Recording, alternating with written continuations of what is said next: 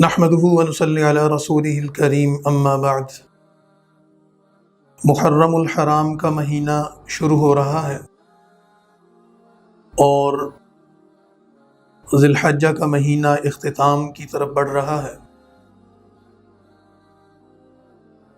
اسلامی اور قمری سن تاریخ کے اعتبار سے مسلمانوں کا سال ذی الحج کے مہینے پر ختم ہوتا ہے اور محرم الحرام سے نئے سال کا آغاز ہوتا ہے۔ دنیا میں اس وقت جو تاریخیں اور سن زیادہ مشہور اور معروف ہیں، ایک عیسوی سن ہے اور ایک قمری سن ہے۔ عیسوی سن سے مراد وہ مہینے ہیں جن کو عرف عام میں انگریزی مہینہ بھی کہا جاتا ہے، جس کا آغاز جنوری سے ہوتا ہے اور اختتام دسمبر پر ہوتا ہے۔ قمری سال سے مراد وہ سال ہیں جن کو عرف عام میں اسلامی ماہ و سال کہا جاتا ہے، جن کا آغاز محرم الحرام سے ہوتا ہے اور ذی الحج پر اس کا اختتام ہو جاتا ہے۔ ویسے تو یہ تمام مہینے، تمام سال، تمام ایام اللہ کے بنائے ہوئے ہیں، کیونکہ قرآن کریم کہتا ہے ان عدۃ الشہور عند اللہ 12 شہرا فی کتاب اللہ یوم خلق السماوات والارض منها 4 حرم، کہ جب سے اللہ تعالیٰ نے زمین و آسمان کو بنایا ہے، یعنی اس کائنات کے نظام کو چلایا ہے، اسی وقت سے اس زمین و آسمان کے نظام میں ماہ و سال کی ترتیب وہ یہ ہے کہ 12 مہینے ہیں۔ قرآن کریم نے ان 12 مہینوں کے نام ذکر نہیں کیے، بلکہ ان 12 مہینوں میں سے 4 مہینوں کے محترم اور قابل احترام ہونے کا ذکر کیا ہے۔ عرب روایات میں اور اسلامی جو روایات ہیں اس میں بھی یہ چیز ذکر کی گئی ہے کہ وہ 4 مہینے جو محترم ہیں وہ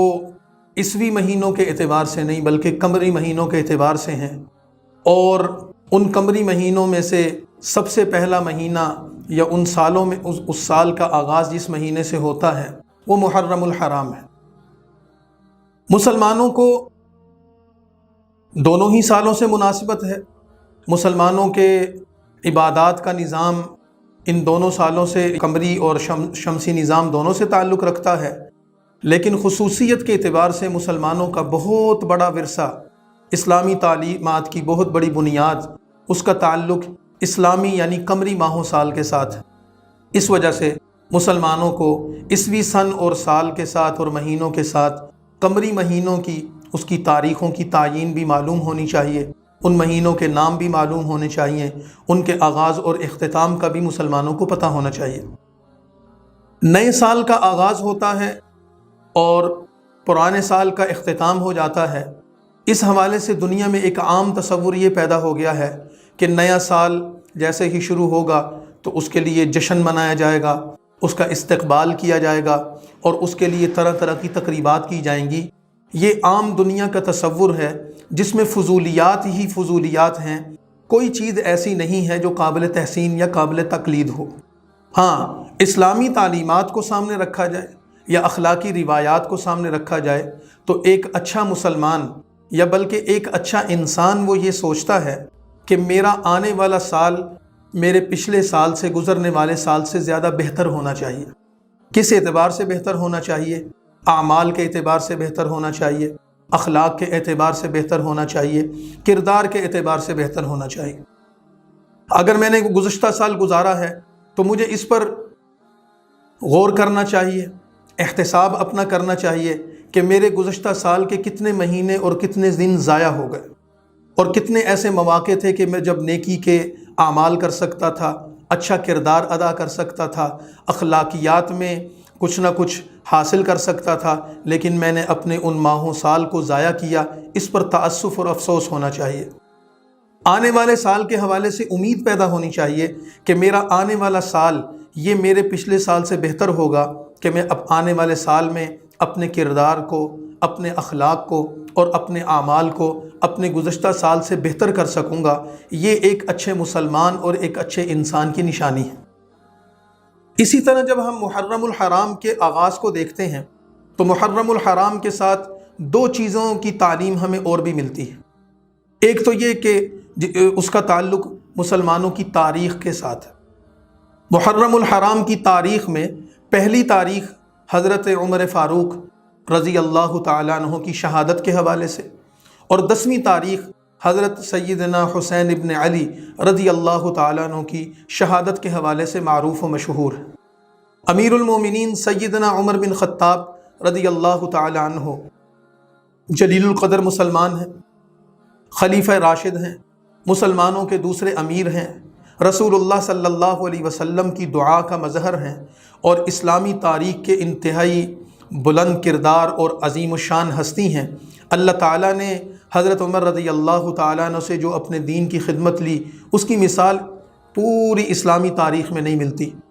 حضرت امیر المومنین سیدنا عمر بن خطاب رضی اللہ تعالیٰ عنہ کو 1 محرم الحرام کی تاریخ کو شہید کیا گیا تھا۔ ان کی شہادت کا واقعہ بھی مشہور و معروف ہے۔ جب محرم الحرام آتا ہے تو اس محرم الحرام کے آغاز ہی پر ہمیں یہ چیز بھی یاد آ جاتی ہے کہ اس دن ہمارے امیر، ہمارے خلیفہ، ایک جلیل القدر مسلمان اور ایک انتہائی جلیل القدر صحابی رسول کی شہادت ہوئی، مدینۃ الرسول میں ہوئی، رسول اللہ کے مصلی پر ان کی شہادت ہوئی۔ اس سے بھی مسلمانوں کو ایک درس ملتا ہے۔ اسی طرح جب محرم الحرام کی 10ویں تاریخ آتی ہے تو نواسہ رسول اللہ صلی اللہ علیہ وسلم کی بیٹی لخت جگر کے بیٹے حضرت سیدنا حسین رضی اللہ تعالیٰ عنہ کی کربلا میں مظلومانہ شہادت کا تذکرہ آ جاتا ہے، اس کی یاد آ جاتی ہے۔ اس سے بھی مسلمانوں کو اپنی تاریخ پتہ چلتی ہے۔ تو شہادت امیر المومنین سیدنا عمر کی ہو یا شہادت سیدنا حسین ابن علی رضی اللہ تعالیٰ عنہ کی ہو، محرم الحرام کی نسبت سے مسلمانوں کو یہ درس دیا جاتا ہے کہ مسلمان اپنے آپ کو اسلام کے لیے، دین کے لیے، اس کی خدمت کے لیے اور اپنی جان، اپنے مال، اپنی عزت و آبرو کو قربان کرنے کے لیے ہر وقت تیار رہے۔ دوسرا پہلو محرم الحرام کے حوالے سے یہ ہے کہ محرم الحرام انتہائی احترام والا، عزت والا مہینہ ہے، اور اس مہینے کی عزت و حرمت صرف اسلامی تاریخ میں سے ہی وابستہ نہیں ہے، بلکہ جب ہم احادیث مبارکہ کا مطالعہ کرتے ہیں اور تاریخ کی روایات پر نظر ڈالتے ہیں تو ہمیں کتنی ہی مستند ترین روایات مل جاتی ہیں کہ جن سے پتہ چلتا ہے کہ محرم الحرام کی عزت اور احترام صرف اسلام کی تعلیمات سے ہی ثابت نہیں ہے، بلکہ محرم الحرام کی عزت اور احترام تو رسول اللہ صلی اللہ علیہ وسلم کے اس دنیا میں آنے سے پہلے اور اسلام کی تعلیمات اس دنیا میں پھیلنے سے پہلے ہی مسلم تھی۔ مثال کے طور پر جیسے کہ حدیث مبارک میں آتا ہے، رسول اللہ صلی اللہ علیہ وسلم مدینہ منورہ تشریف لے گئے تو وہاں آپ نے دیکھا کہ 10 محرم الحرام کی تاریخ کو، جس کو عرف عام میں عاشورہ کا دن بھی کہا جاتا ہے، تو یہودی روزہ رکھتے تھے۔ تو جب رسول اللہ صلی اللہ علیہ وسلم نے ان سے پوچھا کہ تم لوگ 10 تاریخ کو روزہ کیوں رکھتے ہو، تو اس پر انہوں نے یہ بات عرض کی کہ ہم حضرت موسیٰ علیہ السلام کی تعلیمات پر عمل کرتے ہوئے اور ان کے دین کی تابعداری میں ہم اس 10 محرم کو عاشورہ کے دن روزہ رکھتے ہیں۔ تو نبی کریم صلی اللہ علیہ وسلم نے 10 محرم یعنی عاشورہ کے دن کی برکت اور اس کے مبارک ہونے اور اس دن کی اہمیت کے پیش نظر مسلمانوں کو حکم فرمایا کہ تم بھی روزہ رکھا کرو، اور یہ الفاظ فرمائے کہ میں تم لوگوں سے زیادہ اس بات کا حقدار ہوں کہ اپنے بھائی حضرت موسیٰ علیہ السلام کے حوالے سے اس دن روزہ رکھو۔ لیکن ساتھ ہی مسلمانوں کو ایک درس دیا کہ 10 محرم کا عاشورہ کا روزہ رکھو، لیکن اس کے ساتھ 9 تاریخ کا یا 11 تاریخ کا روزہ رکھ کر ایک روزے کی بجائے 2 روزے رکھو تاکہ تمہاری یہودیوں کے ساتھ مشابہت نہ ہو جائے۔ اس سے ہمیں یہ سبق ملتا ہے کہ 10 محرم الحرام کا روزہ رکھنا انتہائی مبارک عمل ہے۔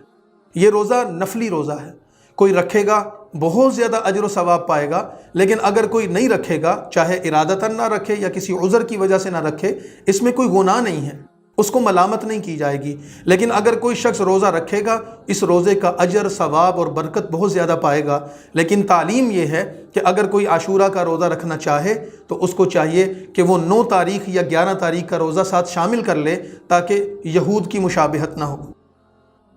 محرم الحرام کے عاشورہ کے روزے کے علاوہ پورے محرم الحرام میں کوئی شخص کسی بھی قسم کی کوئی عبادت کرے، وہ نماز کی شکل میں ہو، صدقہ خیرات کی شکل میں ہو، یا کوئی بھی ایسی عبادت کرے کہ جو عبادت وہ اللہ کو راضی کرنے کے لیے کرنا چاہتا ہے اس کو اس کا اجر بھی ملے گا، ثواب بھی ملے گا۔ لیکن یہ بات ذہن میں رہے کہ محرم الحرام یا اس کی 1 تاریخ یا اس کی 10 تاریخ یا عاشورہ کے دن کی مناسبت سے کوئی عبادت مخصوص نہیں ہے، کسی عبادت کی شکل متعین نہیں ہے، اور کوئی ایسا عمل نہیں ہے اس روزے کے علاوہ کہ جو رسول اللہ صلی اللہ علیہ وسلم نے کیا ہو یا مسلمانوں کو اس کی تعلیم دی ہو۔ لہٰذا کوئی ایسی چیز جو رسول اللہ نے یا صحابہ کرام نے ہمیں نہیں بتائی، نہ کر کے بتائی، نہ اپنی زبان سے بتایا، تو پھر ہمیں بھی اس کو متعین نہیں کرنا چاہیے۔ ایک غلط فہمی کا بھی ازالہ ہو جانا چاہیے۔ ہمارے ہاں بعض لوگوں کے پروپیگنڈے کی وجہ سے